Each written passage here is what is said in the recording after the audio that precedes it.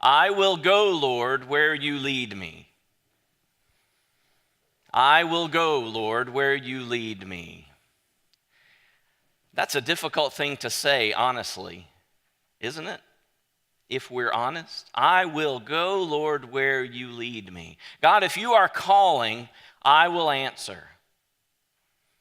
We heard in the scripture reading that Lucas brought us, the calling of the disciples, and we heard that sometimes when Jesus calls, we as humans aren't immediately ready to receive, are we?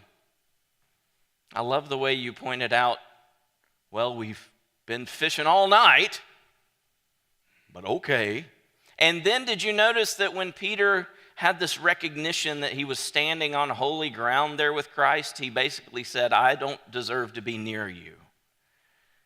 I can't hold a candle to you. And so how do we say, I will go, Lord, where you lead me? If God calls, how does he equip? The scripture I want us to turn to this morning is from the Old Testament, and it is often the scripture that's referred to as the call of Isaiah. Isaiah, an Old Testament prophet, he is someone that sort of stands high in the Old Testament lore. He is someone, when we hear the name Isaiah, if we are well versed in the Bible, we think of a prophet. We think of someone who was faithful and who did what God wanted him to do. We think of someone who went and proclaimed a difficult message, and he was faithful. And my guess would be that if I were to just come upon you and ask a question, if I said, name an Old Testament prophet, many of you might trot out Isaiah as the first thought, if you were able to bring any to mind. Isaiah, yes. Lots of chapters in the Old Testament from Isaiah. So he is one that we are relatively familiar with. His message are referenced all through the rest of the scripture. In the New Testament, there are references and quotations from Isaiah. Jesus quotes Isaiah. So it's kind of a big deal. But we should remember that like others who are called by God, even like those disciples who Christ himself called, it would be naive for us to think that faithful following are natural or easy, that there is immediate recognition of what we should do. Isaiah was called, the disciples were called, but let's remember that after they were called, they were also then equipped to respond to that calling of God. Chapter 6 of Isaiah, the first 8 verses say this. This is the call of Isaiah. In the year that King Uzziah died, I, being Isaiah, saw the Lord sitting on a throne, high and lofty, and the hem of his robe filled the temple. Seraphs were in attendance above him. Each had 6 wings. With 2 they covered their faces, and with 2 they covered their feet, and with 2 they flew. And one called to another and said, Holy, holy, holy is the Lord of hosts. The whole earth is full of his glory. Did you notice how we started the service this morning? Holy, holy, holy is the Lord Almighty.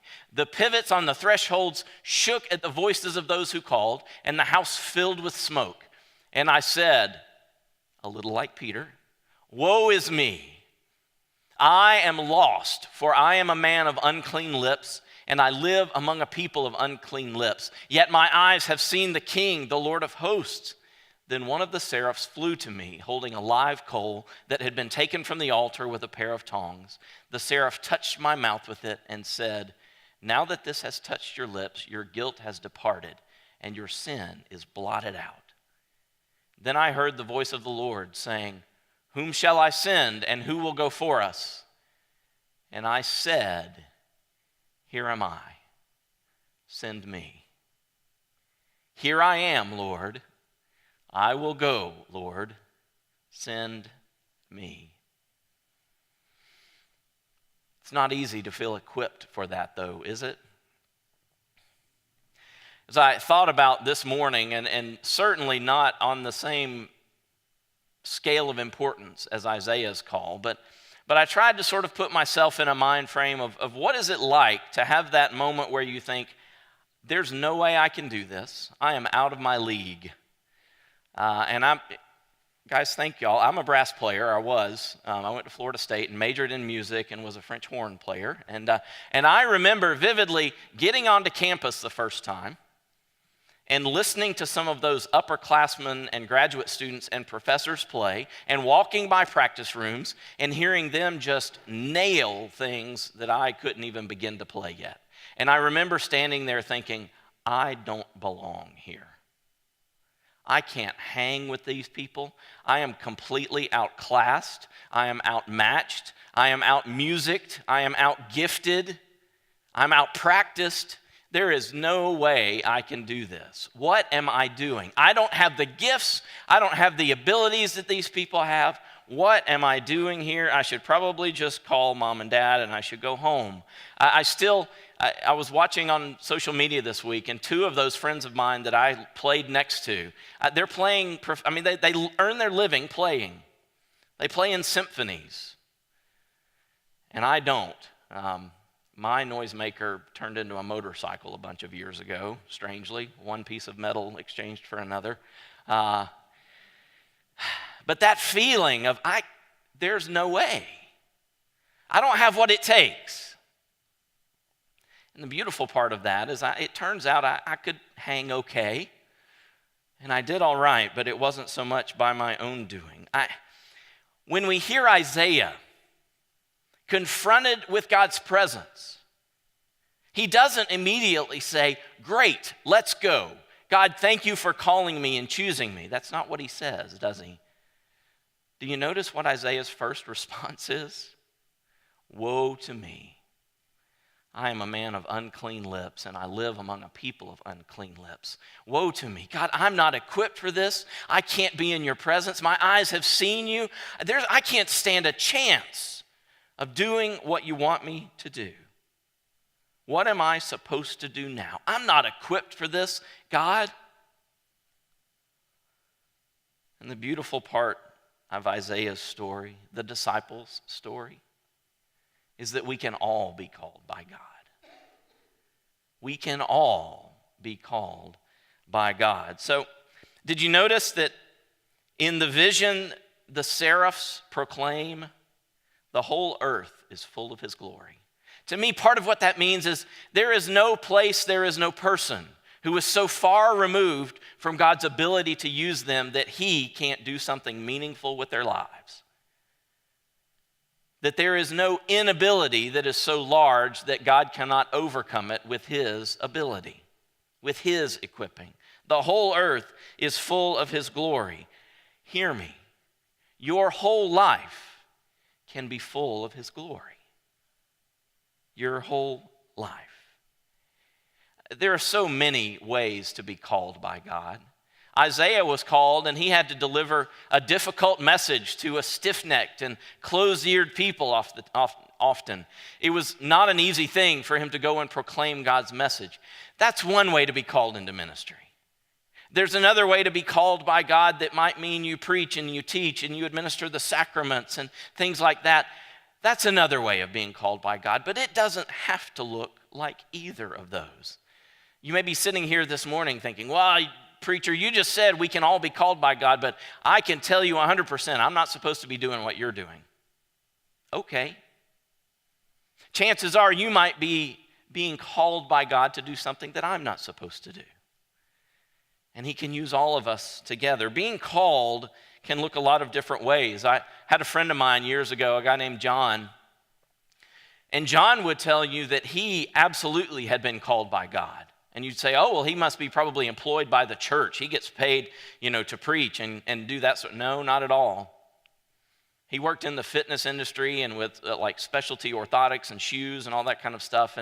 And John would tell you his calling was to be a light in an industry where people tended to worship themselves and their fitness and their bodies and their physique. That God's calling to him was to point them to something bigger. And in many ways, I witnessed John being in ministry, perhaps more so than some of us who draw a paycheck from the church. Everywhere John went, he was looking to shine light, to point people to God and his goodness, to draw them away from posing and looking in the mirror and admiring how great they looked. John was called, and he continually gave himself away generously through his time, through his talents, through his abilities. And God used him where he called him to be. There's a lot of different ways to be called. And so this morning, I want to encourage you to at least consider the idea that God is calling you, calling to you, asking you to go somewhere, to someone, into some situation, and be his representative there. Consider that. And that your situation to which you're being called may look very different than those situations to which he is calling me. But his calling is there nonetheless. So as I say that, I wonder, and I suggest perhaps you might feel, if you really let that sink in and settle down, it might bring up feelings in you. God is calling me. Maybe we would feel a little bit like the disciples or a little bit like Isaiah. I can't. Maybe you're anxious. Maybe that brings feelings of nervousness and anxiety, fear, excitement, maybe all of the above. And I would say that's good. Because when God truly calls us, I think we feel a little bit of all of those things. That is certainly true for my own calling into ministry, this form of ministry. I could take you to the spot on the road outside of Cartersville, Georgia, where I finally let myself pray, God, I was a youth pastor. I was already in ministry. I had already said, yes, God, you're calling and I will follow. But yet I sensed that there was something different. And I grew up in the Methodist church, and I always kind of pushed against the idea that I might go to seminary and be an ordained pastor, an REV, reverend person, right? Never thought I would wear one of these robes and a stole. Never wanted to get a phone call from a bishop or district superintendent saying, this year you're moving from there to there. But I could take you to the spot on the road between Cartersville and Emerson where I said, God, do you want me to do that? And I was terrified and anxious and excited and felt completely ill-equipped. I asked the question, and God said resoundingly, yes, I want you to do that. Following the calling, whatever it is an incredible journey. I want to point out, too, very quickly, that if you notice the first thing that Isaiah does when he is confronted there in the presence of the divine, he acknowledges his own lack, doesn't he? Woe unto me, I am a man of unclean lips. He is self-aware enough to realize that he really isn't equipped. He's humble enough to look at himself and say, I don't have the right skills to do this. I am in the presence of the divine, the Holy One. Who am I?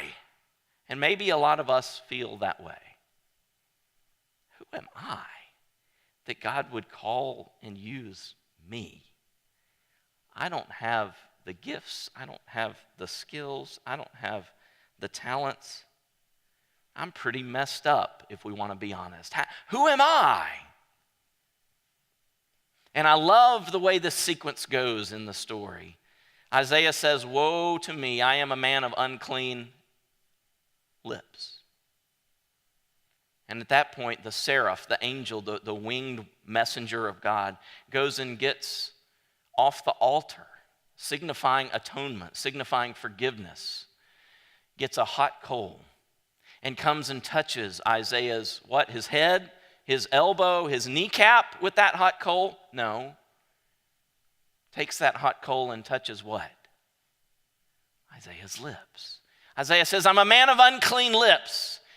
And it's as if God goes, is that all you got? Is that the best you can do? Because here, I can take care of that if you'll just allow me to. Is there more, Isaiah? Because I can take your weakness and change it to my strength.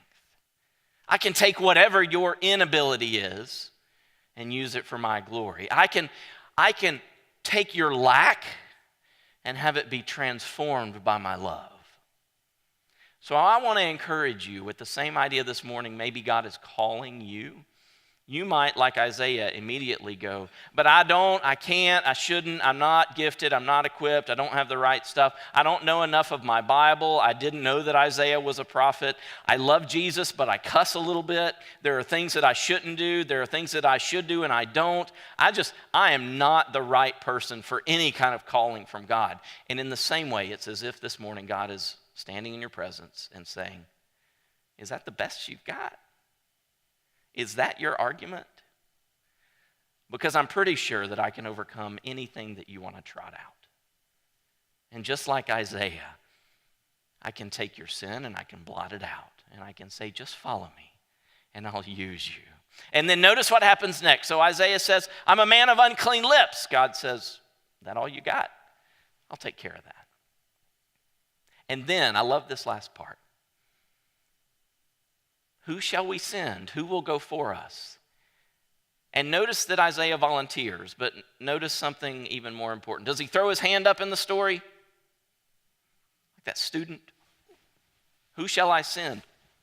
That's not how it goes, is it?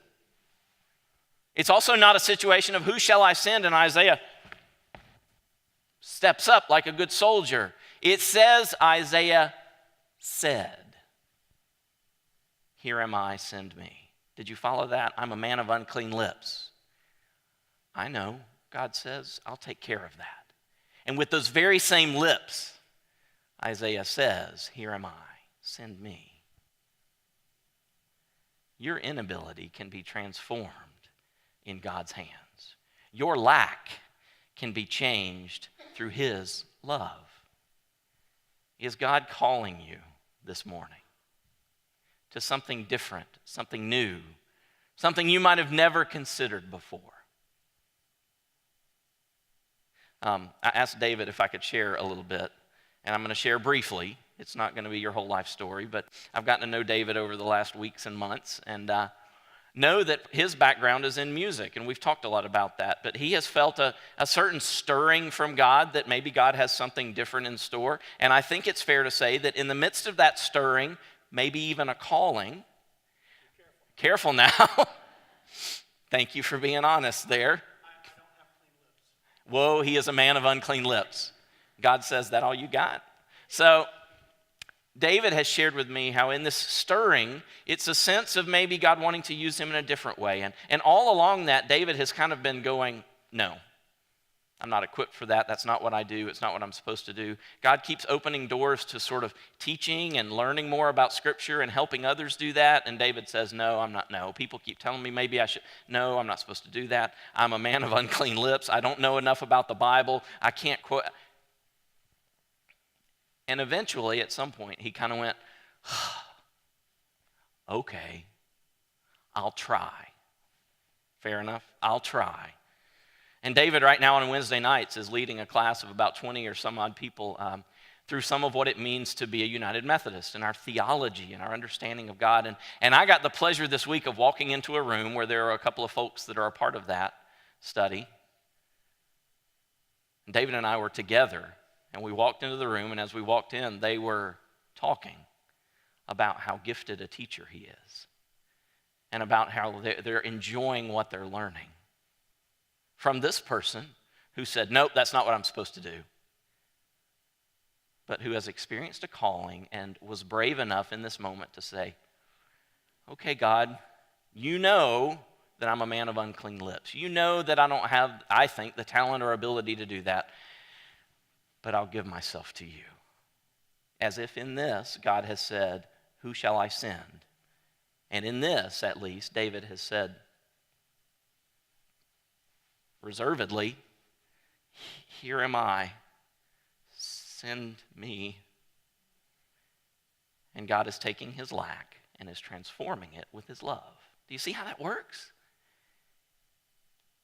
I love that we have that story and we have your stories in our midst. This morning, God is calling. And we don't have to come equipped. God's big enough to take care of that part. This morning, will you say, "Here I am, Lord, send me."